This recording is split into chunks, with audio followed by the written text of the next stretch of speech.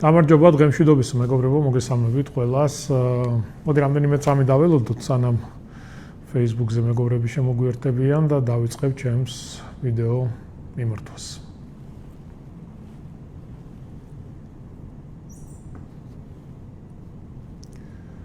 კარგი, დავიწყებ. მოგესალმებით კიდევ ერთხელ. ესე იგი, დღევანდელი ვიდეო ჩართვა ეხება რუსთაველის გამზირის სარეაბილიტაციო სამუშაოებს. ყველა მიცით რამდენად მნიშვნელოვანი აღნიშნული პროექტის განხორციელება ჩვენი ქალაქისთვის. რამდენიმე დღის წინ ვისაუბრე ამ პროექტთან დაკავშირებით, ვისაუბრე რუსთაველის გამზირის მნიშვნელობაზე, მის წარსულზე, აწმყოზე, მომავალზე. ახლა აღარ ჩავუღრმავდები ამ ყველაფერს. ისიც გაჩვენეთ თუ რამდენად მძიმე მდგომარეობაა გამზირზე, რა პრობლემებია მიწისქვეშა ინფრასტრუქტურის თვალსაზრისით და რა თქმა უნდა პირველი რაც კეთდება ეს არის კომუნიკაციების შეცვლა მთლიანად გამზირზე. რასაც რა თქმა უნდა ახლავს ძალიან დიდი დისკომფორტი განსაკუთრებით გადაადგილების და მოძრაობის თვალსაზრისით. რა თქმა უნდა ასევე ხმაური, მტვერი, განსაკუთრებით იქ და ირგვლივ მცხოვრები ოჯახებისთვის და ადამიანებისთვის, თუმცა ამ მასშტაბის სამუშაოების სხვანაირად წარმოება ფაქტიურად შეუძლებელია. შესაბამისად, ჩემი თხოვნა იყო რომ ყველამ ერთად უნდა მოვითმინოთ ნოემბრის ბოლომდე და დარწმუნდეთ იმაში, რომ იქნება საუკეთესო პროექტი, როდესაც სამუშაოები იქნება დასრულებული, ყველანაირად მოწესრიგებული, რეაბილიტირებული, განახლებული და ასე შემდეგ. ყველა ვიამახებთ აღნიშნული შესრულებული სამუშაოებით აღნიშნულ გამზირზე.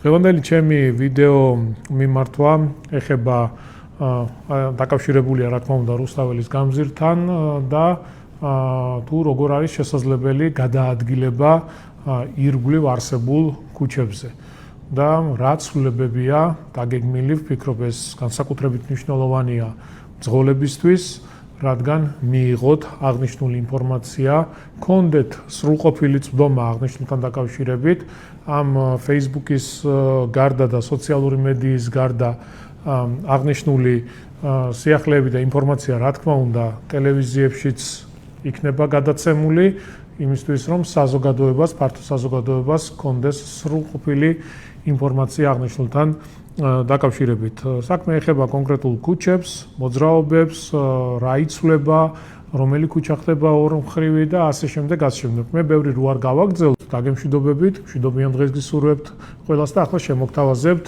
ვიდეო კლიპს, რომელიც ინფორმაციული ხასიათისაა და ვფიქრობ ძალიან მნიშვნელოვანია იმ ადამიანებისთვის, ვინც ავტომობილებით გადაადგილდება.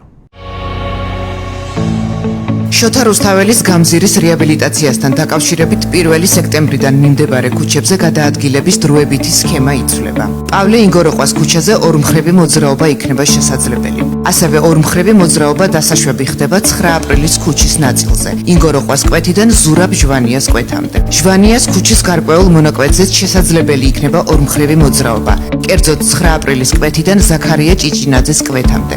რის შემდეგაც ბესიკის ქუჩის კვეთამდე იქნება ცალმხრივი მოძრაობა. ბესიკის ქუჩის მონაკვეთი კერძოდ ჟვანიას კვეთიდან შევჩენკოს კვეთამდე იქნება ცალმხრივი. ასევე ცალმხრივი მოძრაობა იქნება შევჩენკოს ქუჩაზე ბესიკიდან ჭიჭინაძეს ქუჩის მიმართულებით. ლერმონტოვის ქუჩაზე გადაადგილება კვლავ ცალმხრივი იქნება.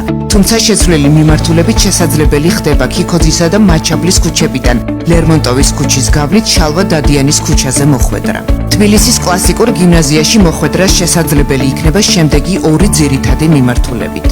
თავისუფლების მოედნიდან ლეონიძისა და ინგოროყვას ქუჩების გავლით მოვხვდებით 9 აპრილის ქუჩაზე. შემდეგ ხელ მარცხნივ ჟვანიას ქუჩაზე და მოძრაობას გავაგრძელებთ ბესიკის ქუჩაზე, რის შემდეგაც შევალთ შევჩენკოს ქუჩაზე. ასევე როგორც ჭონქაძის, ისე პოლიკარპე კაკაბაძის ქუჩიდან ჩავალთ მთაწმინდის ქუჩაზე და არსენას ქუჩის გავლით მოვხვდებით ბესიკის ქუჩაზე, რის შემდეგაც შევალთ შევჩენკოს ქუჩაზე.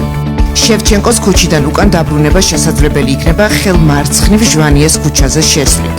შემდეგ გავივლით 9 აპრილის ქუჩას, ხელ მარცხნივ მოხვდებით ინგოროყვას ქუჩაზე. აქედან უკვე ლეონიძისა და ქიქოძის ქუჩების გავლით შეგვეძლება ლერმონტოვის ქუჩაზე გასვლა, საიდანაც მოხვდებით შალვა დადიანის ქუჩაზე და თავისუფლების მოედანზე. ასევე 9 აპრილის ქუჩიდან არსენას ქუჩის გავლით შესაძლებელი იქნება მთაწმინდის ქუჩაზე მოხვედრა. თბილისის მერია ბოდიშს გიხდით შექმნილი დისკომფორტის გამო.